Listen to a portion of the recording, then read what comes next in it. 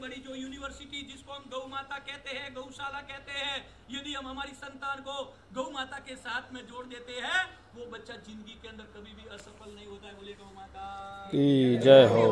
जिंदगी के अंदर नहीं होगा। जो इतनी बड़ी यूनिवर्सिटी से जब वो पास हो जाता है। और एक बात ध्यान रखना, सतयुग से लगाकर त्रेता युग, द्वापर युग या ये कलयुग की बात करें, हर एक चीज के अंदर यदि अच्छा होना है तो गौ माता की जरूर है। और यदि जो कोई भी बुरा यदि गौ माता के साथ होता है तो उसका पतन भी उसे परिवार के अंदर है ना। गांव के अंदर भूल से भी ऐसा नहीं हो कि हमारे गौ माता की जो गोचर की जमीन है हम दबाए। भूल से भी ऐसा नहीं हो कि गौ माता की जो तालाब है उसके ऊपर अतिक्रमण करे। एक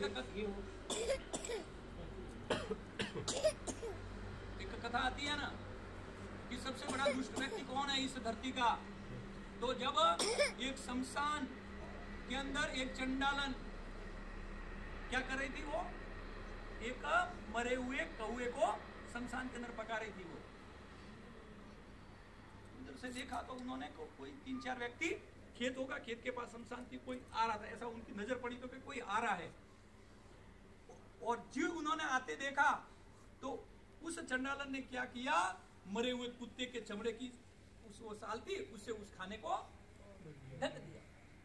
अब वो जीव उन लोगों की नजर पड़ी और कहने लगा, अरे इतनी दुष्ट, एक तो तू गंदा खाना पका रही और फिर भी वो हम लोगों को देख के तुमने इसको ढक दिया। तो उस समय उस चंडालन ने बहुत अच्छी बात कही। उन्होंने कहा कि मैं तो ये, तुमको लगता है कि ये गंदा खाना है, लेकिन इस गंदे खाने के ऊपर भी यदि कोई ऐसा व्यक्ति है जिसने गौ के गोचर की जमीन को दबाया है, जिसने गौ के तालाब को दबाया है, या जो गौ के हिस्से का खाया, और ऐसा व्यक्ति की भी यदि नजर मेरे इस खाने पर पड़ेगी तो मेरा खाना अपवित्र हो जाएगा। बोलिए गौ माता की जय। इस धरती का सबसे बड़ा दुष्ट व्यक्ति यदि कोई गिना जाता है जिसने गौ माता के हक को,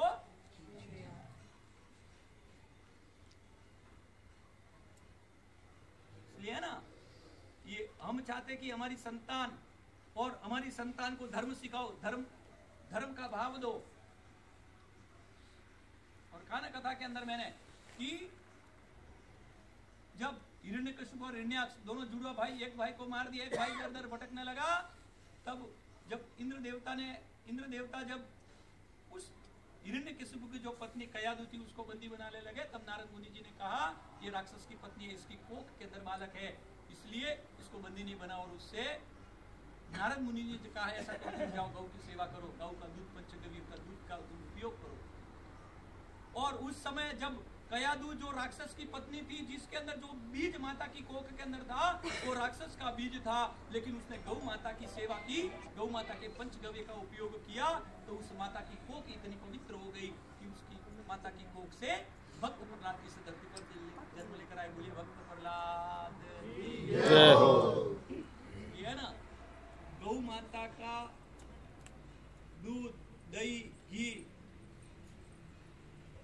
गौ माता का मूत्र कहे, दही कहे, छाछ कहे, ये सब चीजें हैं, ये अमृत के रूप के अंदर है।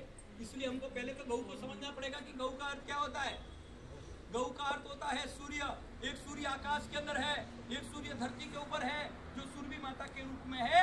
इसलिए ब्रह्मा जी ने कहा कि ब्रह्मांड का जो सूर्य है उस सूर्य का कनेक्शन इस धरती की जो सूर्य माता गौ माता है, इसके सींग के अंदर इसका कनेक्शन।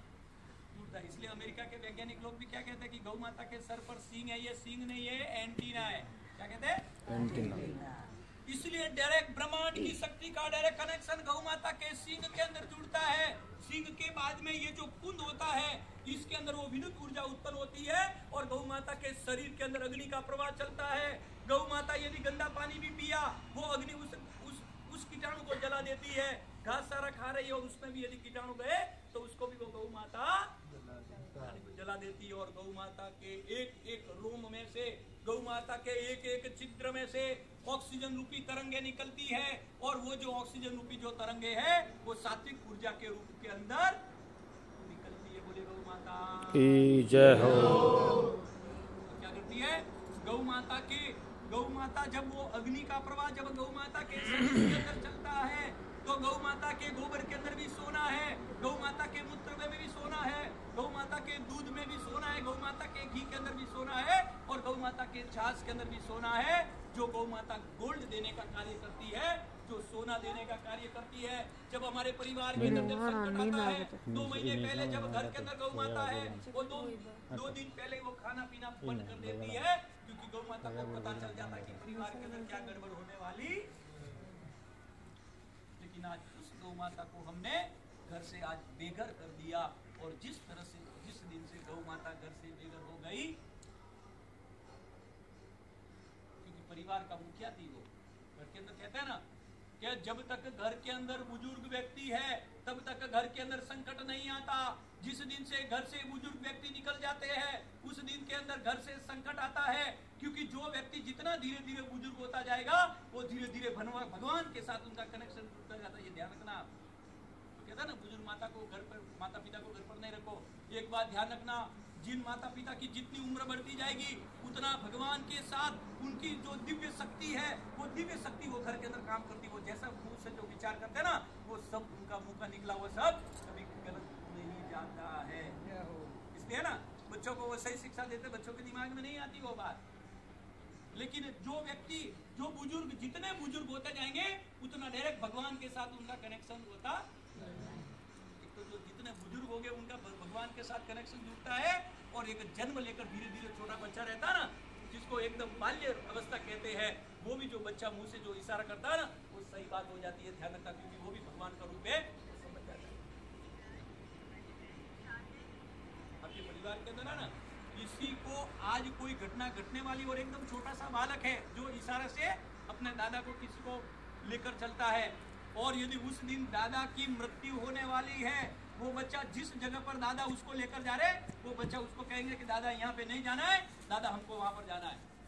क्योंकि बच्चे को पता है कि यहाँ काल है, वो बच्चा तो दादा को उधर खींचने के लिए लेकर जाता है। दादा कहते नहीं, मुझे यहाँ पर आना है, क्योंकि वो बच्चा समझ जाता है कि काल यहाँ पर आने वाला है। इतना भी जो बाल्यकाल का बच्चा है उसको वो भगवान के रूप के अंदर रहता है, और एक जो बुजुर्ग रहते वो भगवान के रूप के अंदर रहते है ना। जिन जिन घरों के अंदर माता पिता का, जो क्या समझते आप, हमने माता पिता को निकाल दिया तो क्या बच्चे क्या माता पिता की सेवा करेंगे? क्या वो आकाश से आए क्या? यदि हमने माता पिता की सेवा नहीं की, माता पिता के ऊपर हमारा ध्यान नहीं किया, तो समझ लेना हम बच्चों पे कल्पना करते हैं हमारे बच्चे हमको अरे कैसे सुख देंगे। जब आपने अपने माता पिता को सुख नहीं दिया, वो बच्चा कभी भी आपको सुख नहीं देगा। ये बिल्कुल दिमाग में से निकाल लो आप। बहुत से परिवार के अंदर ऐसी घटना है। और मैं कहता हूं, अपने बच्चों को धर्म सिखाओ। धर्म क्या है? धर्म का अर्थ ये है, जब बच्चा छोटा है धीरे धीरे उसको मंदिर के अंदर लेकर जाओ, धीरे धीरे उसको बोलो बेटा कबूतरों को कुछ दाना डाले, गौशाला के अंदर उससे हाथ से कुछ खिलाओ, कुत्तों को मिला उसको बोलो कि बेटा हाथ से कुत्तों को रोटी खिलाओ। धीरे धीरे जब वो बच्चा हाथ से पुण्य करना सीख जाता है, तो बच्चा धीरे धीरे जिस बच्चे का हाथ जन्म से ही खुल जाता है, धीरे धीरे बड़ा होता है, दान पुण्य के अंदर उसका मन खुल गया, भगवान उसको कभी अन्न धन की भी कभी कमी नहीं देता है। और वो बच्चा बुढ़ापे के अंदर भी माता पिता को कर्ज करके भी वो कभी भी दुखी कभी होने देगा नहीं। बोले गो माता की जय हो। लेकिन आज क्या है, आज हमारे यहाँ सब उल्टा हो रहा है। बच्चे को बेटा ये 1000 की आइटम 1500 में बेचना हो, बेचता है, धीरे धीरे समझता है इनके जैसा, धीरे धीरे बड़ा होता है। 2000 का 5 कैसे करना है, 50 का लाख कैसे करना है, ऐसा सीखते हैं।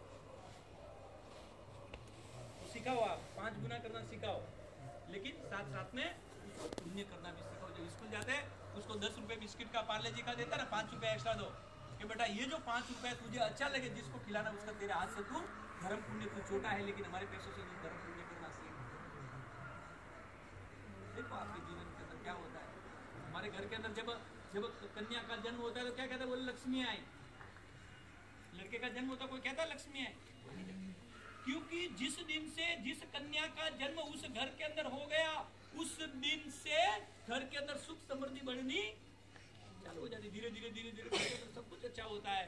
और जब वो कन्या दूसरों के घर पर चली जाती है, जो पैसा सुख समृद्धि थी वो धीरे धीरे उसमें कमी आनी चालू। अब आप बोलेंगे क्या करेंगे, बोले घर जमाई ले आओ, सीधी बात है। अभी आप बोलेंगे घर जमाई नहीं लाना है, तो सीधी बात है कि भाई लक्ष्मी का स्वरूप दूसरा क्या है। तो लक्ष्मी का दूसरा स्वरूप ये है कि जिस घर के अंदर गौ माता रहती है उनको कभी घर जमाई लाने की जरूरत नहीं पड़ती। वो जहाँ जिस घर के अंदर गौ माता है वहाँ लक्ष्मी जी और विष्णु भगवान उन घर के अंदर प्रतिनिधि रहते हैं, और उनका आशीर्वाद उनके घर के अंदर लगता है। बोलिए गौ माता की जय हो।